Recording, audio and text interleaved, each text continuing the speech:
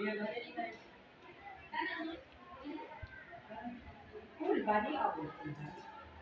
we start, let's first have a prayer. Precious, can you please lead the prayer? Amen. Thank you, Precious. Now, before you sit, please check and pick if there are crashes on the floor. And arrange your chairs properly. Since everything is in order, please be seated. Class, how are you today? Did you all eat your breakfast? All right, that's good to hear.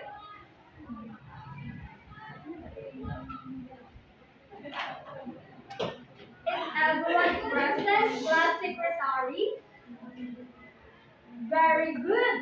Everyone is present. Now, before we proceed to our lesson discussion, I want you to be reminded of our classroom rules. Our classroom rules is Dora and Good. Dora, B, do not answer in chorus. O, observe cleanliness and organize your things properly. R, raise your hand when you want to answer or ask a question. A, attentively listen when someone is speaking in front. Good. B, be polite. Always greet the teacher and your classmates such as good morning and good afternoon. O, obtain teacher permission when you want to go out. O, organize the things in classroom or after using it. T, teamwork. Work well with others and help your classmates when they need it. S, show respect. Treat everyone in the classroom with kindness, respect, and follow the rules to keep yourself and others safe in the classroom. Now, since you already know our classroom rules, let's have an exciting activity. I will group you into four. Let's count off. 1, 2, 3, 4. 1, 2, 3, 4. Okay. Group 1, proceed here. Group 2, proceed here. Group 3, proceed here. And group 4, proceed here. Okay. Form a circle in your group. Okay. Please listen to me carefully. What you will do is identify if the animals shown are with backbones or without backbones. Now class, grab your devices for each of your group and click the link that I sent in our Google Classroom.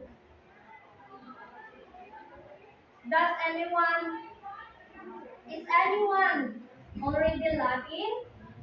Very good. Now let's start. Glass. Does the fish with backbone or without backbone? Very good. The fish is with backbone.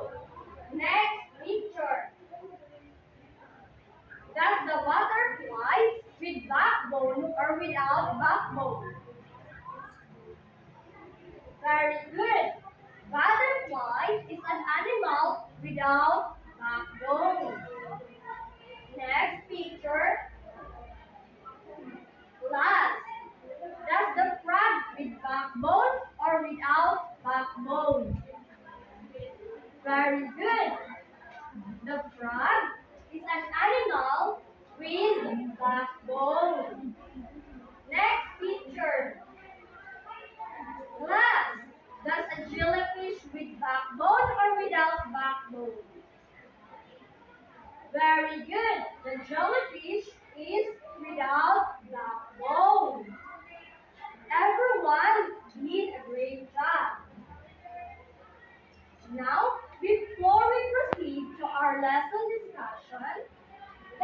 read our class or our learning objectives today. At the end of the lesson, the student should be able to define vertebrates and invertebrates, to compare and contrast the vertebrates and invertebrates, 3. Explain the importance of vertebrates and invertebrates animal in our environment. Class, the animals with backbone is classified as vertebrates, and the animals that without backbones is classified as invertebrates. Do you all understand? Very good. Now class, I have a question. Why is it important to animals or vertebrates to have backbone? Okay, raise your hand if you want to answer. Okay, Ate Precious. Very good.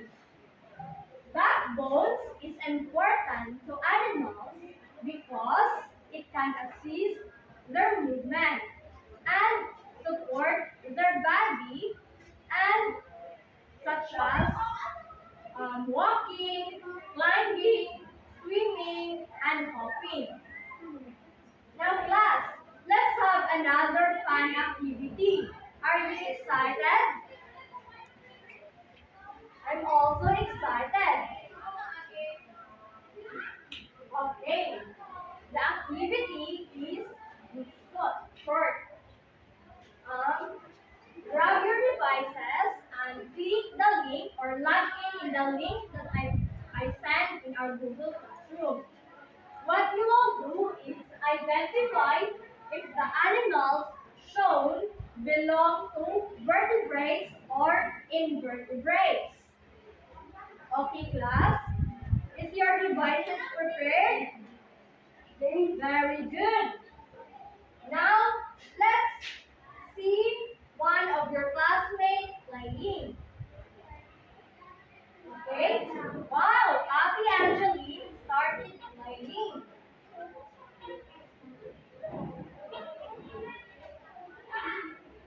Now let's check if Ate Angeline is correct. Let's see. Okay. Ate Angeline got all correct answers. She scored the picture correctly. Now, class, let's have a recap. Again, class, what is vertebrates? Very good. Vertebrates is an animal with backbone and varying body parts that they can use such as walking, climbing, flying, hopping, and swimming. How about what is invertebrates? Okay, Ati Rian. Very good.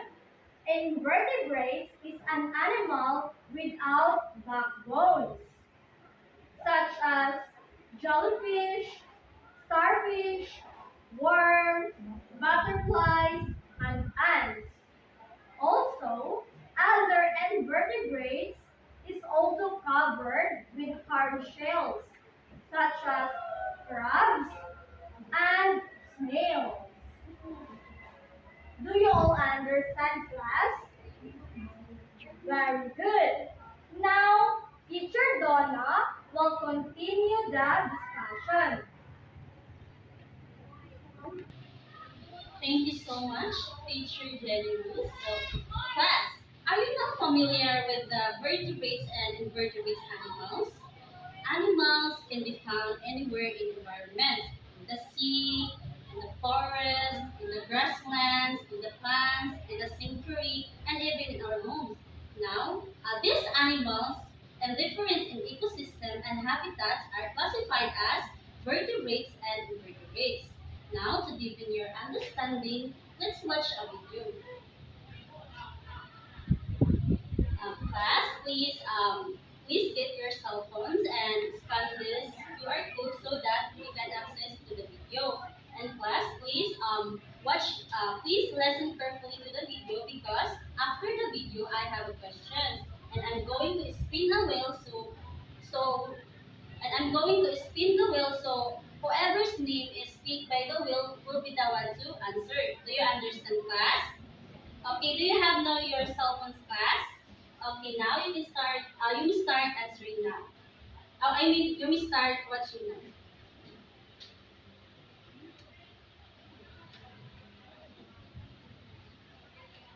Are you done, class? Okay, now let's start spin the wheel. Okay, yes, Kuya Mercader. Based on the video, what is vertebrates? Yes, very good. Vertebrates is an animal with a backbone. Okay, next.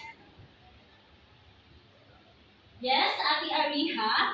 What is invertebrates?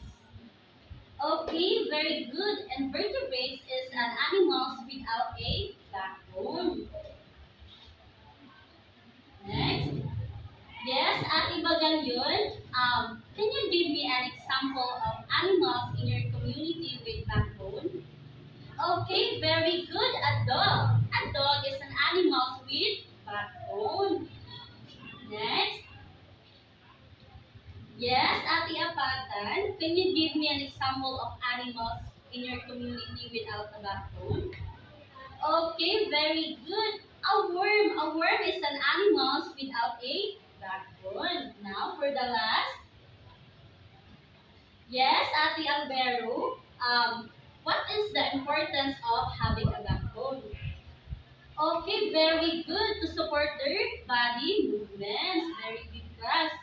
Since you already know those information, class, now you will have an activity. So for your activity,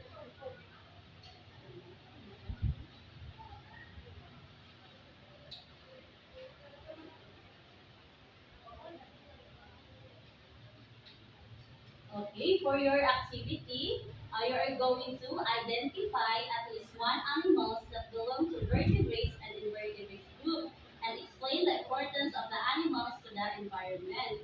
Do you understand, class? Okay, you will start answering now.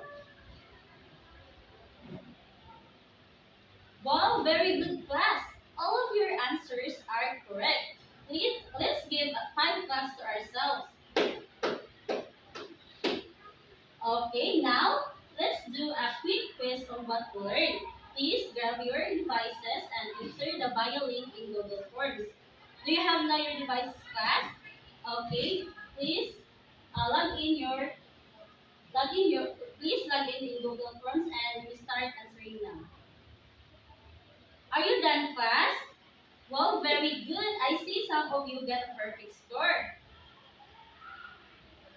Now, for your assignment, you are going to write a short essay about the importance of animals in our environment. Class, please log in your Padlet account so that you will going to answer your assignment. Do you understand, class? Okay, very good. Please stand up and arrange your chairs and pick up some pieces of paper under your chairs. Are you done, class? Okay, so that's all for today. Goodbye, class.